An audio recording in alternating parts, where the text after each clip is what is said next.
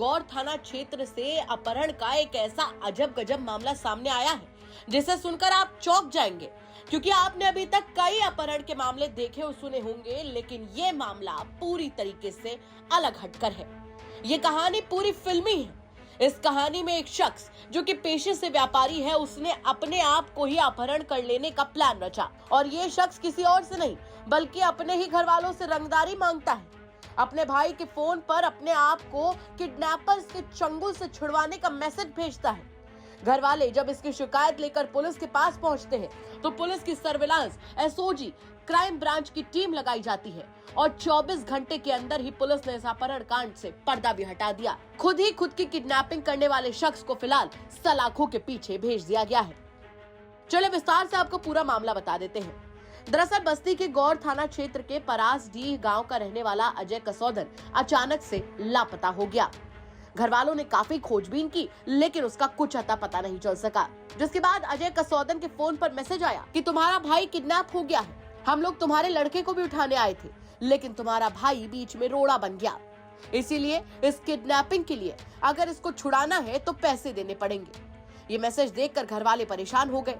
Message में लिखा था कि तेरे बेटे को उठाने आए थे जो कि किराने की दुकान पर बैठता है, लेकिन मिल गया तेरा भाई। तेरे बेटे को 3 महीने से उठाने की कोशिश कर रहे थे और साथ ही ये भी कहा गया कि अगर पुलिस कोई बात बताई तो तेरे भाई की लाश घर पर आएगी। मेरी दुश्मनी तेरे भाई से नहीं है, तुमसे है, लेकिन तुम्हारा भाई बीच में आ जाता है, इसीलिए इसको उठा लिया। पुलिस ने जब इस अपहरण कांड का खुलासा किया कि अजय कसौदन ने रंगदारी वसूलने के लिए अपने आप को किडनैप किया है, तो अजय के भाई ने उसी के खिलाफ तहरीर दे दी, जिस पर पुलिस ने मुकदमा दर्ज करके अजय कसौदन को जेल भेज दिया है। जनपद बस्ती के थाना गौर अंतर्गत कल एक ऐसी घटना कारित हुई जिसमें आज पुलिस को ये जानकारी मिली थी, जिसमें शिकायतकर्ता विजय कुमार गुप्ता उर्फ डब्लू द्वारा ये सूचना दी गई थी कि उसके भाई की दुकान जो रेलवे स्टेशन के सामने थी, मोबाइल की शॉप थी, वहाँ से किसी द्वारा उसका अपहरण कर लिया गया। इस सूचना के प्राप्त होने पर नियमानुसार इसमें वैधानिक कार्रवाई प्रारंभ कराई गई।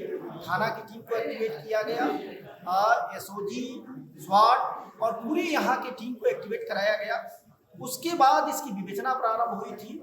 विवेचना के बाद ये तथ्य संज्ञानित हुआ कि जिसके अपहरण की बात बताई गई थी वो व्यक्ति जो शिकायतकर्ता का भाई था, जिसका नाम था अजय कुमार गुप्ता उर्फ अज्जू, इसके द्वारा स्वयं ही गायब हो करके और अपने मोबाइल से अपने दूसरे भाई के व्हाट्सएप पे रेगुलर उसके द्वारा मैसेज भेज करके और ये कम्युनिकेट किया जा रहा था कि मैं आपके बेटे को उठाना चाह रहा था, ये बीच में बाधक बन रहा था और इस कारण से इसका किडनैप किया गया है।